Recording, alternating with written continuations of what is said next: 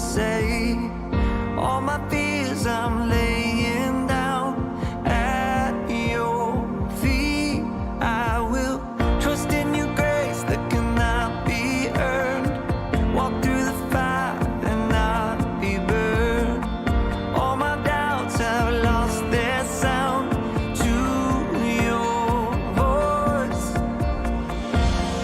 You are who you are, the God of the impossible, the God of the impossible, the God of the impossible.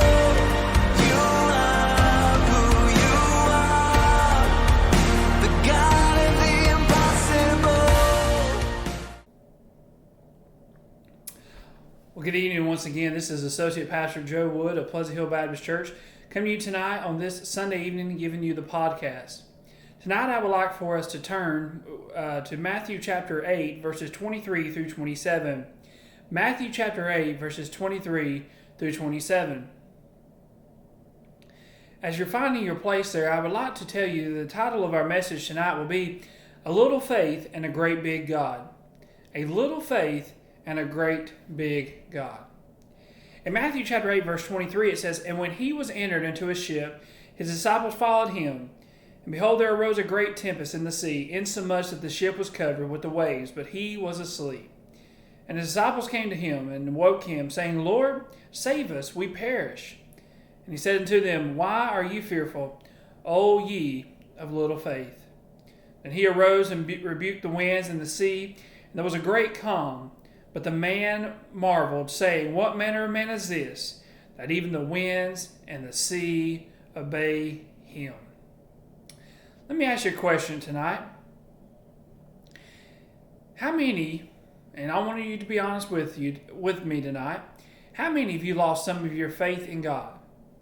Or how many of you feel like the storm that we're going through is too much? I know how some of you feel. Sometimes I wonder, what am I praying? Does it really matter? Because our world has went down to the drain. And we are in such a bad shape that does our prayers even really matter? You know, all these thoughts come in our mind because of this pandemic. I realize that God is in control. He is the one that can change the situation. But I believe sometimes I need to be reminded that as I'm praying for God to help in our situation, I need to have the faith in Him before He will hear and answer my prayer. As Jesus is saying in this passage, you and I may be like the disciples, and He is saying to us right now, O ye of little faith. As preachers outline in the Sermon Bible states, it doesn't matter what the storm or trial is, nor how terrifying it may be, Christ is able to deliver and bring about the most assuring calm. Few trials could be as terrifying as being caught in a life-threatening storm at sea. In this experience, God demonstrated His wonderful care and power to deliver believers through the storms of life.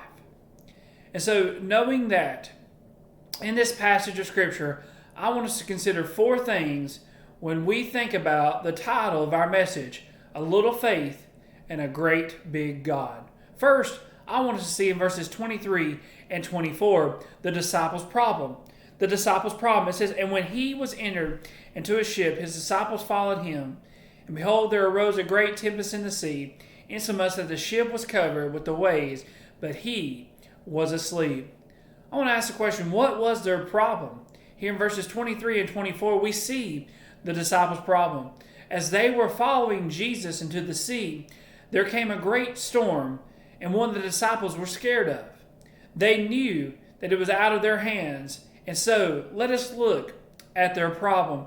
And it was a threefold problem. First, the storm arose quickly.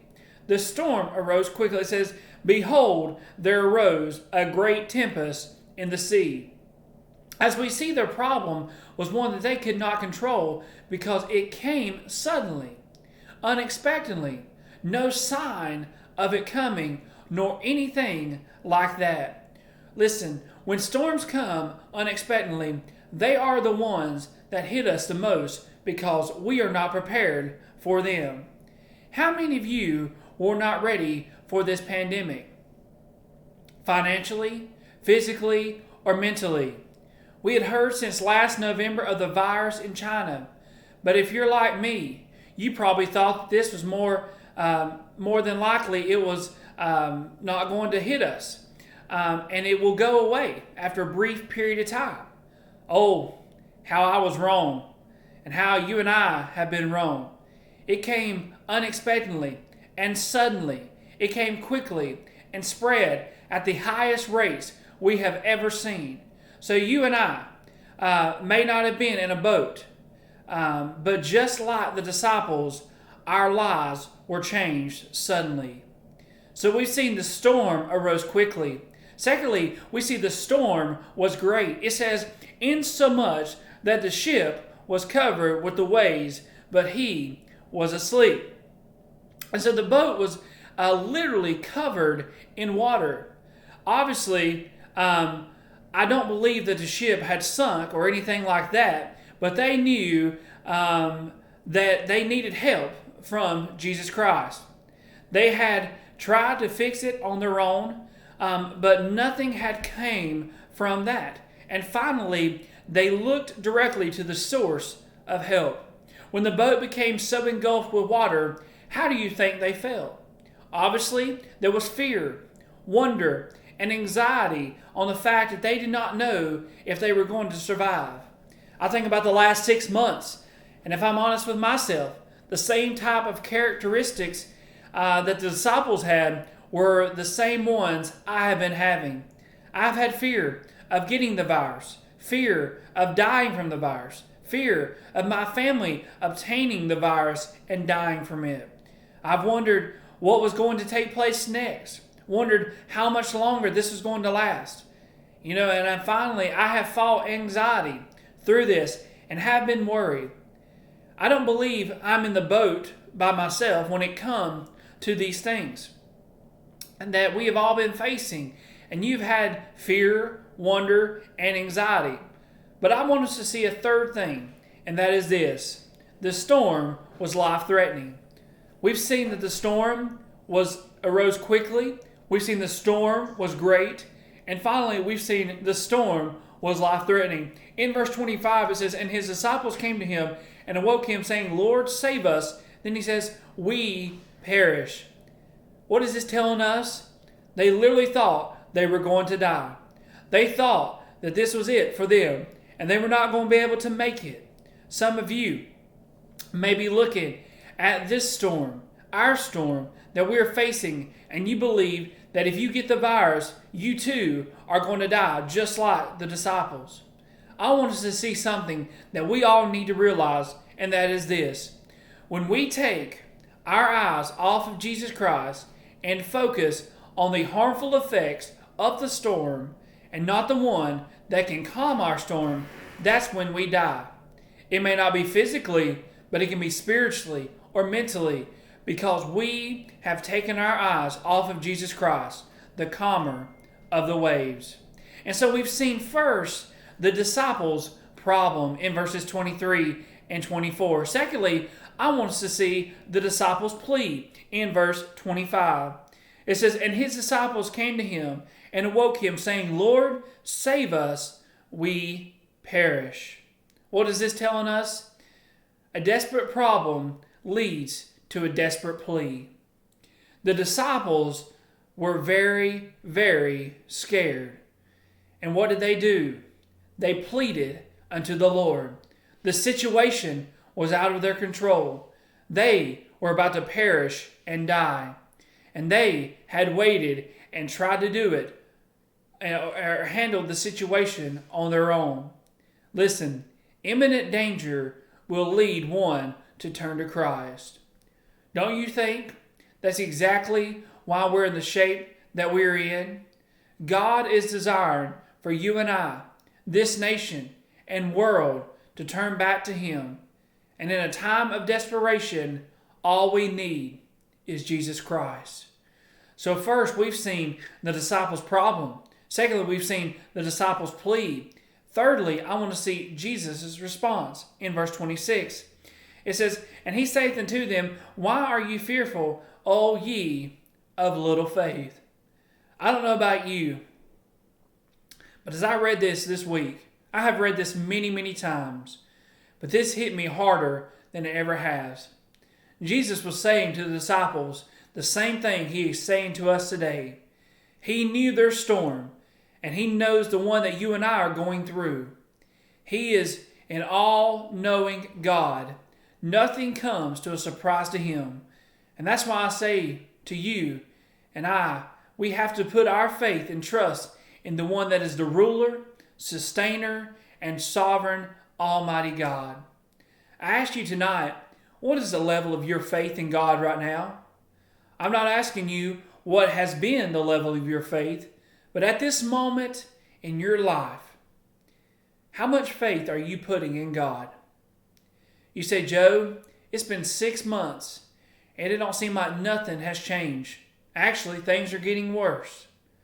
Well, I want us to remember one thing, and that is this. God don't have a timetable. He is not on a certain clock, and he will change our situation when he deems necessary. His timing is not always our timing. His ways are not always our ways. But I can promise you this, as he is the calmer of the waves, he will be the calmer of COVID-19 in our lives because of his power.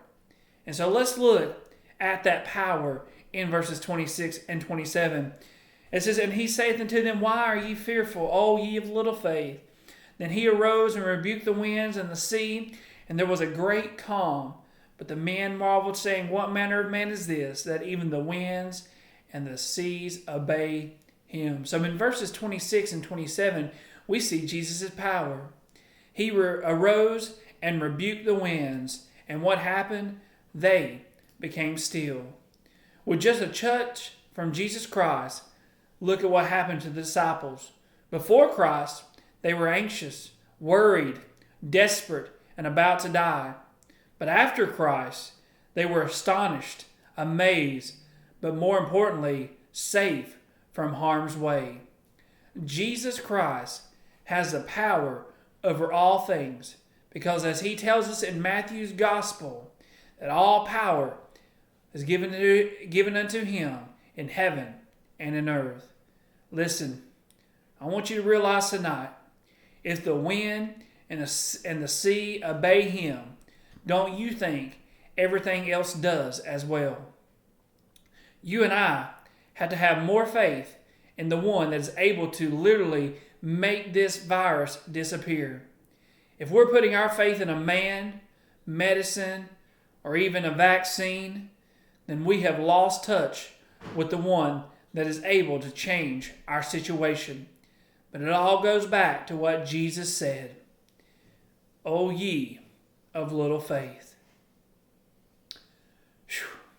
I hope and pray that is not what he is saying to you today. But he can say to you that he is thankful for the faith that you have in him.